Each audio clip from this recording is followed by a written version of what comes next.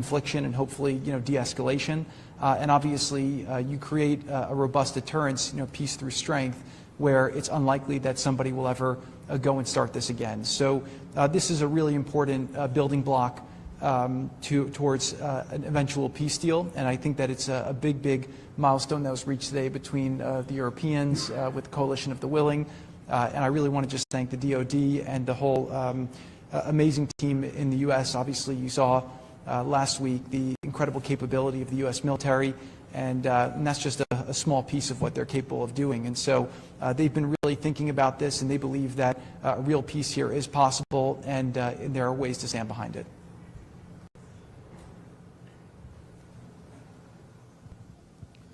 James Mates, ITV News from London.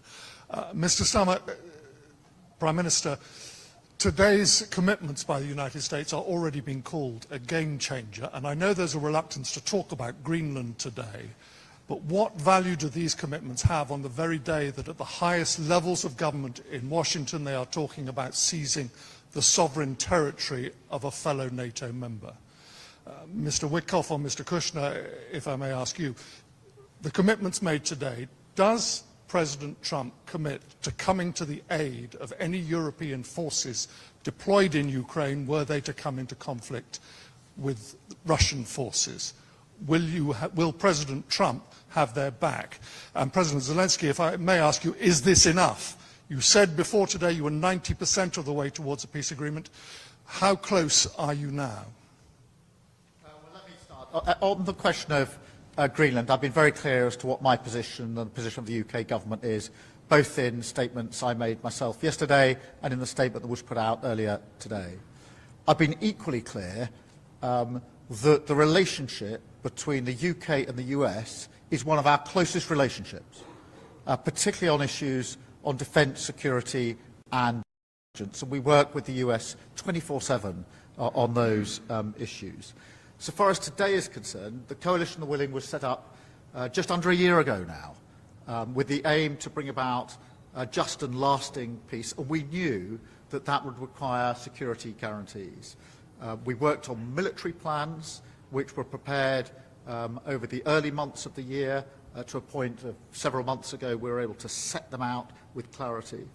Today, we've made real progress on the political commitment, declarations, and commitments that have been made today. The biggest meeting of the Coalition of the Willing in terms of the number of leaders here, and the first meeting of the Coalition where we've been sat together with our American colleagues around the same table, hammering out these issues. So this is the political declaration that goes with it. And we've made some real progress on those security guarantees. They're set out in the documents we've issued, but they include on issues such as working with the US on ceasefire monitoring, on binding commitments to support Ukraine, and on the operations headquarters here in Paris.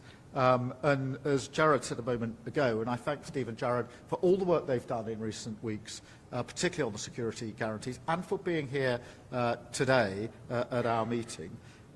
But peace is only possible because of the progress that we're making in these meetings of the Coalition of the Willing and that we've made here today. And I'm really pleased that nearly a year after we begun this work with the Coalition of the Willing, that we've got this far now with security guarantees. Of course, nobody is saying that is job done. Of course, there's more work always to be done, but we've made some real progress today, and that is a good thing for Ukraine. It's a good thing for Europe. It's a good thing for the United Kingdom because, of course, this is about our security, our defence, our freedoms, and the impact that it's already had over 4 long years on Ukraine, on Europe, and back in the United Kingdom. The President strongly stands behind security protocols. Those security protocols are meant to A, deter any attacks, any further attacks in Ukraine, and B, if there are any attacks, they're meant to defend, and they will do both. They are as strong as anyone has ever seen. Everyone on this panel, on this stage up here, has acknowledged that, as has almost all of the countries that sat at the table with us today. The President does not back down from his commitments. He is strong for the country of Ukraine and for a peace deal, and we will be there for the Ukrainians in helping them to get to that final peace, and we're confident we will get there. You want to say something, Jared? Perfect. Thank you very much for your information. First of all, we have declaration, and I think this is a huge step forward, because 1 year ago we couldn't even, think about it, and now we have this step. Yes, of course, not enough, not still enough. We will have document which will be supported, I hope, I'm sure, between us, will be supported by European parliaments, and that will be enough. Then we have really very good dialogue with American side. Thanks again, Steve and Jared. So we really have good steps forward. Yes, 90%, but we are each day a little bit closer. It's still not enough to have a peace, because enough when the war will finish, will end in Ukraine, we still have losses. So it's still not enough. Thank you very much. Bonsoir, guten Abend, Bundeskanzler Merz, Michaela Wiegel, Frankfurter Allgemeine Zeitung. Hier ist von vielen wichtigen Etappen die Rede. Eine wichtige Etappe ist vielleicht auch, dass Deutschland bereit ist, militärisch sich an der Koalition der Willigen zu beteiligen. Herr Bundeskanzler, reicht es, im benachbarten NATO-Gebiet Soldaten zu stationieren? Können Sie etwas mehr sagen, auch was die Erwartungen, die an Sie herangetragen worden sind? Sie haben es schon erwähnt, Deutschland ist der wichtigste Unterstützer. Müssen wir militärisch uns stärker beteiligen? Frau Wiegel, vielen Dank für die Frage. Wir haben das sehr ausführlich miteinander diskutiert. Ich habe für die Bundesregierung erklärt, dass wir selbstverständlich bereit sind, auch an den Sicherheitsgarantien teilzunehmen. In welcher Form wir das machen können, ist zurzeit offen, weil das gesamte Paket der Sicherheitsgarantien noch nicht abschließend besprochen worden ist. Es gibt jetzt erste sehr konkrete Vorschläge. Wenn Deutschland sich daran beteiligt, dann bedarf dies zunächst eines Beschlusses der Bundesregierung und anschließend einer Bestätigung des Deutschen Bundestages. Ich werde der Bundesregierung und gegebenenfalls dem Deutschen Bundestag auch erst dann Vorschläge unterbreiten, wenn es hier zu einem Waffenstillstand gekommen ist. Und wenn wir in der Koalition der Willigen zu einer entsprechenden gemeinsamen Vorgehensweise Vereinbarung getroffen haben. Wir sind auf dem Weg dorthin. Aber ich habe in der Runde heute Nachmittag auch noch einmal deutlich gemacht, es kann auch richtig sein, beides zu tun. Sowohl Truppen in der Ukraine zu stationieren, das sind vor allen Dingen die Truppen der Ukraine, die gestärkt werden müssen, die aber dann eben auch in benachbarten Staaten zur Ukraine weitere Truppen zu stationieren, die für den Fall einer erneuten russischen Aggression eingesetzt werden können. Ich spreche bewusst hier im Konjunktiv, weil das Ganze im Gesamtkontext, im gesamten Paket noch nicht ausverhandelt ist, aber noch einmal die Grundvoraussetzung ist, dass es einen Waffenstillstand gibt, ein Abkommen mit Russland über einen Waffenstillstand. Und dieser Waffenstillstand, der muss dann abgesichert werden durch entsprechende militärische Unterstützung der Ukraine. Und ich will es hier auch noch einmal betonen, es ist nicht nur eine militärische Unterstützung der Ukraine, es ist eine militärische Unterstützung des Friedens und der Freiheit in ganz Europa. Und deswegen engagieren wir uns hier auch. Es geht nicht allein um die territoriale Integrität der Ukraine. Es geht um die dauerhafte Aufrechterhaltung der politischen Friedensordnung und Freiheitsordnung in ganz Europa. Und die haben wir immer verteidigt. Und da ist Abschreckung das Stichwort der letzten 70 Jahre. Und das wird es nach meiner festen Überzeugung auch für die nächsten Jahre und Jahrzehnte. Cette conférence de presse est maintenant terminée. That's the end of the press conference. Thank you all very much and good night. And happy New Year once again to you all.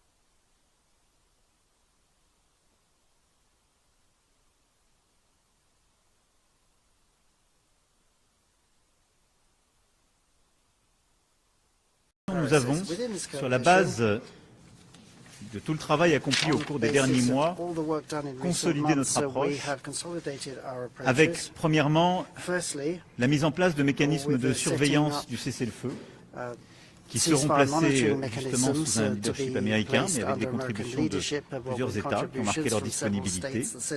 Deuxièmement, le soutien dans la durée. D'abord, les forces armées ukrainiennes qui sont et resteront la première ligne de défense et de dissuasion contre l'agression. Donc nous avons planifié sur la base d'un format d'armée volontariste de 800 000 hommes, les entraînements, les capacités et l'ensemble des moyens pour que cette armée puisse dissuader toute nouvelle agression. Troisièmement, de poursuivre nos préparatifs pour la mise en place d'une force multinationale dans les airs, les mers, sur le sol, pour apporter une forme de réassurance le jour d'après le cessez-le-feu, loin de la ligne de contact.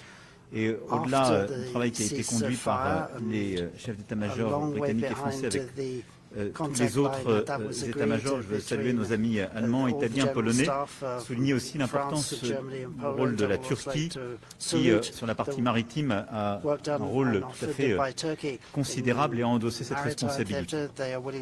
Et quatrièmement, nous avons donc acté de traduire juridiquement ces engagements pour soutenir l'Ukraine en cas de nouvelle attaque de la Russie par justement des mécanismes de solidarité et d'intervention.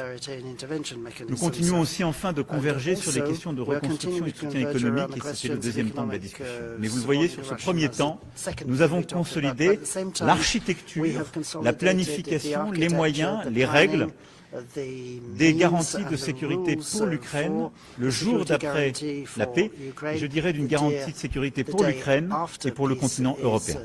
Le deuxième temps de la discussion a été consacré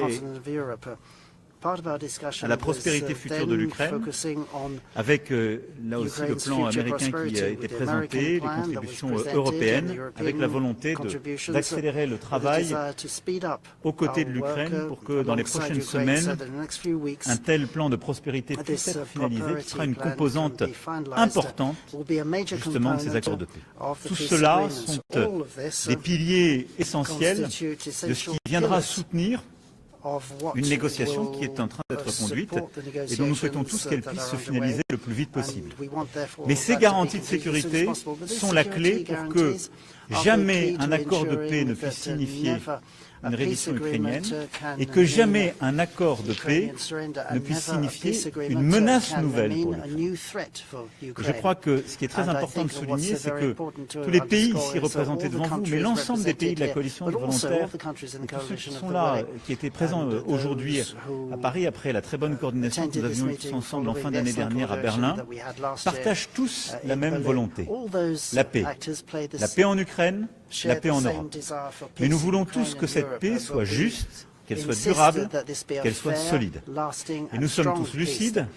Les paix qui ont été signées ces 15 dernières années par la Russie ont toutes donné lieu à des violations par la suite. En Moldavie, en Géorgie, en Ukraine. Et donc, fort de cette expérience, nous voulons que cette paix, elle ait ses garanties, instruites par l'expérience des Européens ces 15 dernières années. C'est pourquoi la déclaration de Paris permet d'acter ces garanties de sécurité légitimes et pour la première fois acte de cette convergence entre les membres de la coalition des volontaires, l'Ukraine et les États-Unis d'Amérique. Enfin, au-delà de cela, à court terme, nous continuerons d'apporter notre soutien à l'Ukraine pour faire face évidemment à tous les défis qui sont les siens en termes de protection de son espace aérien, de protection des civils qui sont encore la cible pendant que nous parlons des attaques russes et permettre de continuer aussi notre travail en termes de sanctions pour contraindre et réduire la capacité à financer cet effort de guerre par la Russie. Voilà, mesdames et messieurs, ce dont je voulais vous rendre compte en remerciant mes collègues ici présents et la délégation américaine qui est à nos côtés pour les avancées considérables qui ont été permises par justement cette réunion et ce sommet aujourd'hui. Je cède maintenant la parole à Monsieur le Président Zelenskyy. Cher Volodymyr.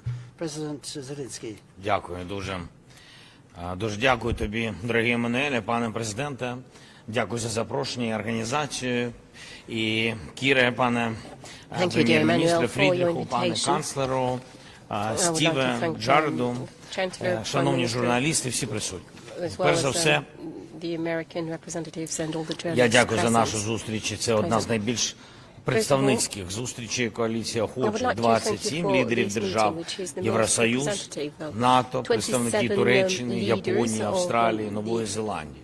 Дійсно глобальна зустріч і дуже високий рівень дискусії. Важливо, що сьогодні є ґрунтовні документи коаліції.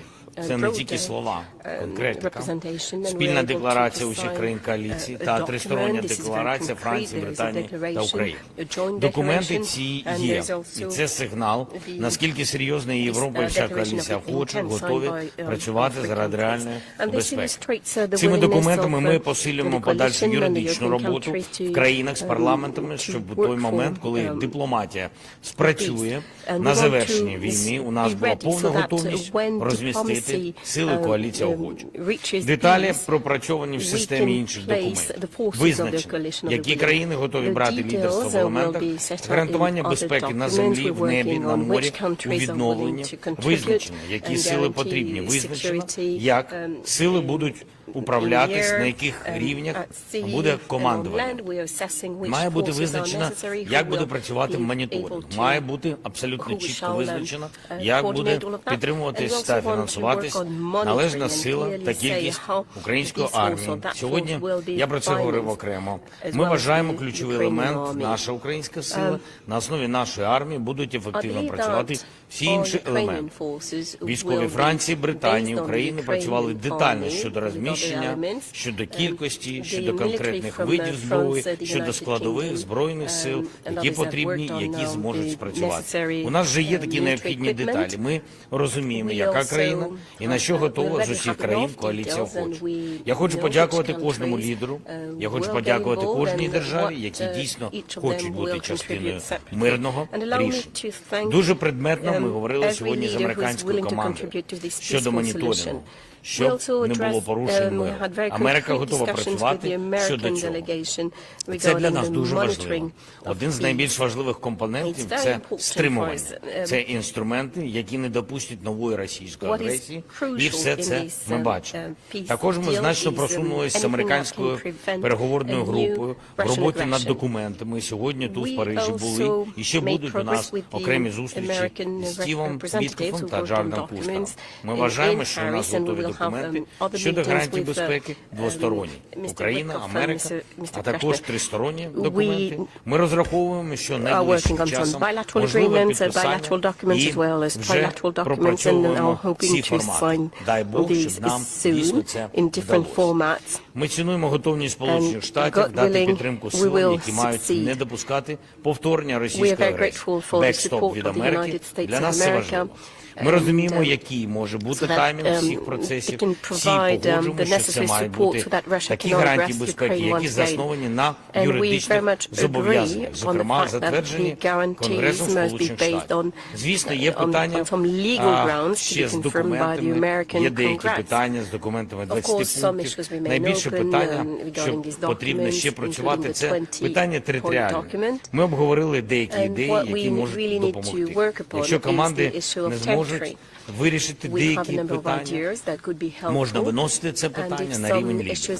Сьогодні ще ми продовжимо. Українська команда залишається для додаткових зустрічей та додаткових перемовин. Я хочу подякувати тобі, Еммануелю, що у нас є така можливість, що наші команди зустрічаються 2 дні. Дякую тобі і дуже дякую американським колегам. Але головна архітектура того, якою має бути безпека після цієї війни, фактично вже є. І це в силах партнерів дотиснути, щоб Росія прийшла до моменту закінчення війни. Країна ніколи не була перепоною для миру. Росія була джерелом, початком цієї війни, джерелом агресії. В такій формулі зрозуміло, хто має зробити кроки ключові. Я дякую всім, хто допомагає нам, хто допомагає все-таки зробити все, щоб був мир. Кожен розуміє, що агресор повинен зупинитися, щоб мир запрацював. І всі інструменти для цього працюють. Від наших діпстрайків, санкцій і дипломатія, яка так важлива. Дуже важливо, що сьогодні говорили також про нашу протиповітряну оборону. І це питання піднімали інші лідери коаліції охочих. Це для нас щоденне завдання, це правда. Україна потребує ракет для ППО, постійне постачання, оскільки російські удари, на жаль, незважаючи на дипломатію, але удари не припиняються. Росія не вкладається в дипломатію на 100% поки що. Але не вкладається тільки тому, що розраховує на удар по нашій енергетиці, по нашій інфраструктурі, по мирним містам і селам. Тому кожна наша зустріч, зокрема і про ППО. І в Мар-а-Лаго ми про це говорили з президентом Трампом. Я дуже дякую йому за розуміння і за підтримку. І тут, в Парижі, ми також піднімаємо питання ППО. Чим сильніший наш захист, тим сильніше, зрештою, буде і дипломатія. Дякуємо всім, хто готовий швидко допомагати. Слава Україні! The stronger will be our diplomacy. So thank you to all of you for your support. Thank you. Thank you, Emmanuel. And it's important that we're starting the year like this. European and American allies, side by side with President Zelenskyy, standing for peace. And we are closer to that goal than ever. But of course, the hardest yards are still ahead. So we're here today to keep driving that effort forward. And we've had a very constructive meeting, which is built on the excellent progress made in negotiations over recent days and weeks. The purpose of the Coalition of the Willing is to help deliver a peace that can last, and to work with the US to guarantee Ukraine's security for the long term. This work is now more advanced than ever. Today's joint declaration set that out in clear terms. On top of that, and alongside President Zelenskyy and President Macron, we went even further today. We signed a declaration of intent on the deployment of forces to Ukraine in the event of a peace deal. This is a vital part of our iron-cast commitment to stand with Ukraine for the long term. It paves the way for the legal framework under which British, French and partner forces could operate on Ukrainian soil, securing Ukraine's skies and seas and regenerating Ukraine's armed forces for the future. We discussed these issues in detail today, and so I can say that following a ceasefire, the UK and France will establish military hubs across Ukraine and build protected facilities for weapons and military equipment to support Ukraine's defensive needs. And with our coalition partners, we've also agreed significant further steps. First, that we will participate in US-led monitoring and verification of any ceasefire. Second, we will support the long-time provision of armaments for Ukraine's defence. And third, we will work towards binding commitments to support Ukraine in the case of a future armed attack by Russia. This is all about building the practical foundations on which peace would rest. But we can only get to a peace deal if Putin is ready to make compromises. And so we have to be frank. For all Russia's words, Putin is not showing that he's ready for peace. Over the last few weeks, we've seen the opposite. Further horrific strikes on Ukraine, killing and wounding civilians, and cutting off power for millions of people in the dead of winter. His forces hit a hospital in Kyiv just yesterday. And he's tried to distract from peace efforts with unfounded claims of attacks on his residence. Now, this only hardens our resolve. We will continue to step out our support for Ukraine's defence in 2026 to ensure it gets the equipment and backing it needs to continue the fight. And we will keep the pressure up on Russia, including further measures on oil traders and shadow fleet operators funding Putin's war chest.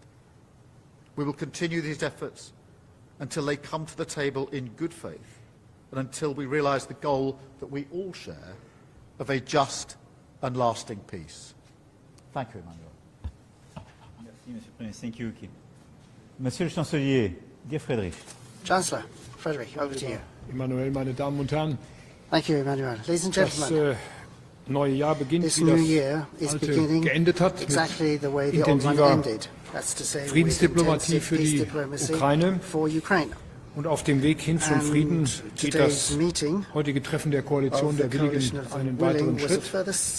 Ich will mich zunächst herzlich bedanken bei Emmanuel Macron für die Gastfreundschaft in Paris, aber auch bei beiden, bei Emmanuel Macron und Keir Starmer für die Vorbereitung dieses Treffens heute zusammen mit Volodymyr Zelenskyy. Denn, meine Damen und Herren, wir sind heute in dem Dreieck der Ukrainer, der Europäer und der Amerikaner vorangekommen.